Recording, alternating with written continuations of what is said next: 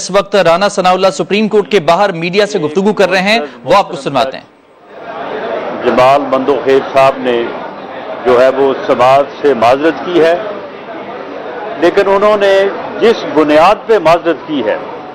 وہ supreme court کے ایک سینئر معزز جج ہیں، ان کی بات پہ ہم سب کو اعتبار ہے، اعتبار ہونا چاہیے، یقین ہے، یقین کرنا چاہیے۔ انہوں نے اپنے اختلافی نوٹ پہ جو باتیں لکھی ہیں وہ انتہائی افسوسناک ہے۔ افسوسناک اس حوالے سے نہیں کہ یہ انہوں نے اختلافی نوٹ دیا ہے، افسوسناک اس حوالے سے کہ اگر انصاف کے اعلیٰ ترین منصب کے اوپر بیٹھے لوگ جو ہیں وہ ان رویوں کا اظہار کریں گے جو رویہ انہوں نے اس میں بیان کیا ہے کہ فیصلہ لکھتے وقت مجھ سے مشاورت نہیں کی گئی، میری رائے ہی نہیں لی گئی اور فیصلہ جو ہے وہ تحریر کر دیا گیا، یہ انتہائی جو ہے وہ افسوسناک بات ہے۔ یہ ایک قومی سانے سے کم یہ بات نہیں ہے، یہ آج پوری قوم کو، اور میں سمجھتا ہوں کہ ہماری جو بارز ہیں، جو بارز کی منتخب لیڈرشپ ہے، یہ ان کے لیے سب سے پہلے یہ ایک المیہ ہے کہ یہ بات جو ہے وہ سامنے آئی ہے۔ دوسرا المیہ یہ ہے کہ قاضی فیض عیسیٰ کی سربراہی میں ایک لارجر بینچ نے جو ہے وہ فیصلہ دیا، فل بینچ، لارجر بینچ نے، اور انہوں نے 100 موٹو کے متعلق ایک بڑا مفصل فیصلہ دیا۔ وہ ایک عدالت کا فیصلہ ہے، وہ سپریم کورٹ کے ایک معزز جج کا فیصلہ ہے۔ قانون کے ایک ادنا طالب علم کے طور پہ میں نے آج تک یہ بات نہیں سنی کہ سپریم کورٹ کے بینچ کے فیصلے کو سرکلر کے ذریعے سے جو ہے وہ ان افیکٹو کر دیا جائے، یہ بھی آج ہوا ہے۔ اور رجسٹرار ہائی کورٹ نے، جس کی میں سمجھتا ہوں کہ ایک معزز جج یا ایک سپریم کورٹ کے بینچ کے سامنے کوئی حیثیت نہیں ہے، ان کی رجسٹرار کے طور پہ جو حیثیت ہے وہ اپنی جگہ پہ وہ قابل عزت ہیں، لیکن ایک سپریم کورٹ کے بینچ کے مقابلے میں ان کی رائے اور ان کا سرکلر، اور اس سرکلر کے ذریعے سے سپریم کورٹ کے بینچ کو جو ہے وہ ان افیکٹو کر دیے گا، ان کے فیصلے کو انہوں نے کہا جی یہ فیصلہ جو ہے یہ یہاں پہ لاگو ہوتا ہے، وہاں پہ نہیں ہوتا، وہاں پہ ہوتا ہے، وہاں پہ نہیں ہوتا۔ اسی طرح سے جبکہ وہ فیصلہ جو ہے وہ فیلڈ ہولڈ کر رہا ہے، سپریم کورٹ کے اس بینچ کا فیصلہ جو قاضی فیض عیسیٰ کی سربراہی میں قائم تھا، اس نے جو فیصلہ سنایا ہے، وہ فیصلہ جب تک اس سے بڑا بینچ یا وہ فیصلہ چیلنج نہیں ہوتا، اس وقت تک وہ فیصلہ فیلڈ ہولڈ کرے گا، وہ سب پہ پابند ہوگا، وہ ایک سرکلر کے ذریعے سے جو ہے وہ اس کو ان افیکٹو جو ہے وہ نہیں کیا جا سکتا۔ اور اگر یہ پریکٹس ہو تو پھر تو سرکلر تو پھر جاری ہونے شروع ہو جائیں گے، یہ پھر کوئی اور ڈویژن بھی جو ہے وہ سرکلر جو ہے وہ جاری کر سکتا ہے، کوئی جو ہے وہ کسی منسٹری کا جو ہے وہ ڈویژن وہ بھی سرکلر جاری کر سکتا ہے، ہم بھی جو ہے وہ روز سرکلر جاری کرتے ہیں۔ یہ انتہائی افسوسناک اور ایک جو ہے وہ المیہ کی بات ہے۔ اسی طرح سے یہ بطور قانون کے ایک طالب علم کے میں نے یہ آج تک نہیں سنا کہ کوئی معزز جج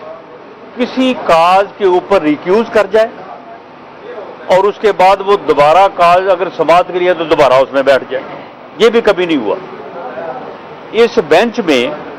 جو کہ 9 سے شروع ہو کے اب 3 پہ آ گیا ہے، اس میں ایک معزز جج جن کا مجھے بے پناہ احترام ہے ان کی ذات کا،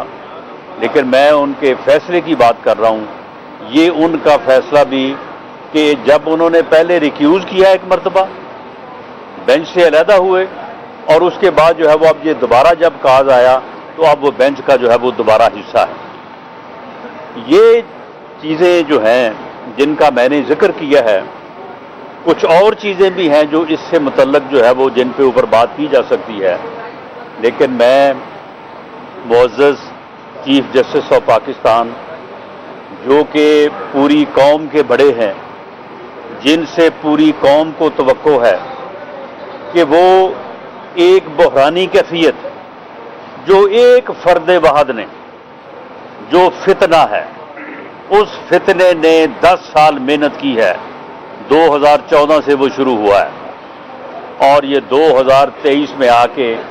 اس فتنے نے ملک کو اس جو ہے وہ نہج پہ لا کے کھڑا کر دیا۔ سیاسی طور پہ بحران، انتظامی طور پہ بحران اور جوڈیشری کو بھی اس نے بحران میں مبتلا کر دیا۔ معاشی طور پہ بحران یہ بھی اسی کا پیدا کرتا ہے، یعنی وہ فتنہ جو ہے وہ ایک بحرانوں کا منبع ہے۔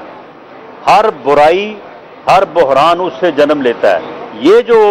بحران ہے جو جوڈیشری میں ہے، جس کے اوپر ہم بات کر رہے ہیں، اس کا بھی ماخذ وہی ہے۔ ہر برائی اسی سے شروع ہوتی ہے اور اسی پہ جا کے ختم ہوتی ہے۔ اگر قاضی فیض عیسیٰ کے اوپر جو ہے وہ ریفرنس دائر نہ کیا جاتا اور قاضی فیض عیسیٰ کی فیملی کو انہی کورٹ میں اور انہی سڑکوں پہ اور یہ FBI کی بلڈنگ میں جو ہے وہ رسوا نہ کیا جاتا، انہیں جو ہے وہ ان بلڈنگوں میں جو ہے وہ رلایا نہ جاتا، تو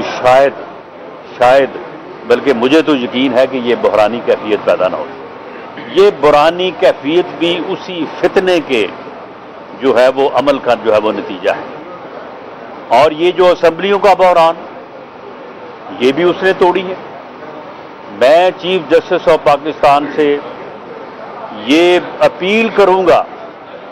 کہ اب اس بات کا جائزہ لینا ضروری ہو گیا ہے کہ یہ فتنہ جو ہے یہ کس طرح سے اس ملک میں جو ہے انٹروڈیوس ہوا اور کس طرح سے پچھلے 10 سالوں سے اس ملک کو جو ہے وہ بحران در بحران جو ہے وہ کا شکار کر رہا ہے، اور یہ چاہتا ہے کہ اس ملک میں افراتفری ہو، اس ملک میں انارکی ہو اور خدا نہ خواستہ ملک کا جو ہے وہ نقصان ہو۔ اس بات کا بھی جائزہ لیں کہ اس نے جو 10 سالوں میں کیا ہے، اس کے تمام اقدامات اور خاص طور پہ یہ اسمبلیاں توڑنے کا اقدام جو ہے، اس کے پیچھے جو ہے وہ کون ہے۔ یہ اسمبلیاں آئینی طور پہ نہیں توڑی گئیں، یہ اسمبلیاں دونوں جو صوبوں کے وزراء اعلیٰ تھے انہوں نے نہیں توڑی۔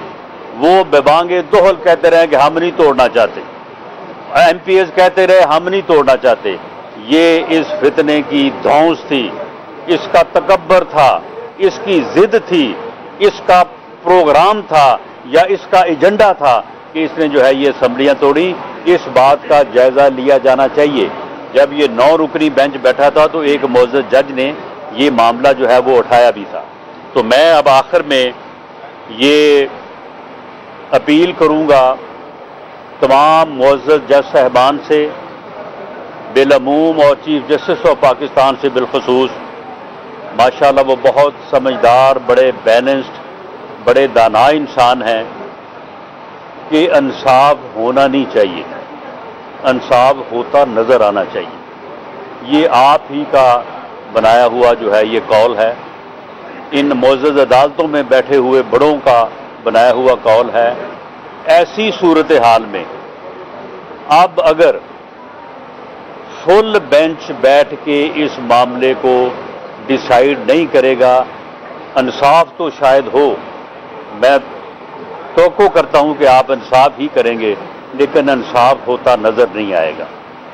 اور قوم کو اگر اس مرحلے پہ انصاف ہوتا نظر نہ آیا تو یہ ملک افراتفری اور انارکی کا شکار ہو جائے گا۔ جو اس فتنے کا ایجنڈا ہے وہ پورا ہو جائے گا۔ آپ اس کا حصہ نہ بنیں، آپ قوم کو انارکی کی طرف نہ دھکیلیں۔ آپ یا تو فل بینچ بنائیں اور اس معاملے کو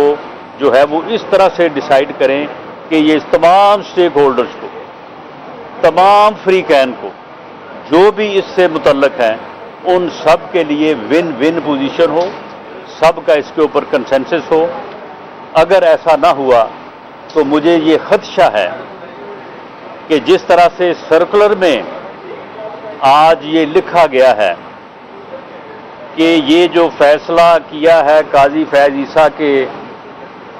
کے بینچ نے وہ قابل عمل نہیں ہے،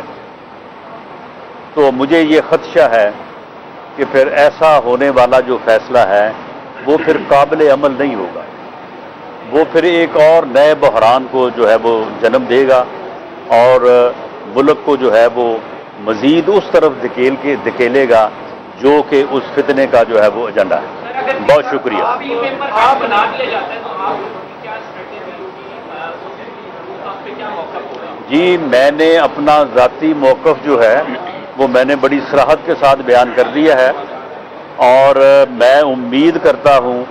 کہ پی ڈی ایم کا اور میری جماعت کا موقف جو ہے اس کے قریب ہی ہوگا کہ ایسا فیصلہ جو ہے اس بحران کو ختم کرنے میں معاون نہیں ہوگا، بلکہ وہ اس کو بڑھائے گا، اور شاید اس کے اوپر سرکولر کی زبان میں جیسے معلوم ہوا ہے کہ سپریم کورٹ کے بینچ کے فیصلے جو ہیں ان کے اوپر عمل درآمد جو ہے وہ ممکن نہیں ہوتا، تو پھر شاید اس کے اوپر بھی ممکن نہ ہو۔ ایسا لگ رہا ہے کہ جیسے 9 سے 3 تک پہنچ گئے، ایسا امکانات لگ رہے ہیں کہ چیف صاحب اکیلے ہوئے تو وہ اکیلے بھی الیکشن کروا کے چھوڑیں گے، تو یہ تو معزز عدلیہ کی عزت کا سوال ہے، تو ان کو بنانے میں کیا پریشانی ہے؟ میرا خیال ہے کہ آپ کا یہ سوال جو ہے یہ معزز چیف جسٹس کے مقام، ان کے عہدے اور ان کی جو شخصیت ہے اس سے یہ میل نہیں کھاتا، اس لیے میں اس کا جواب نہیں دوں گا۔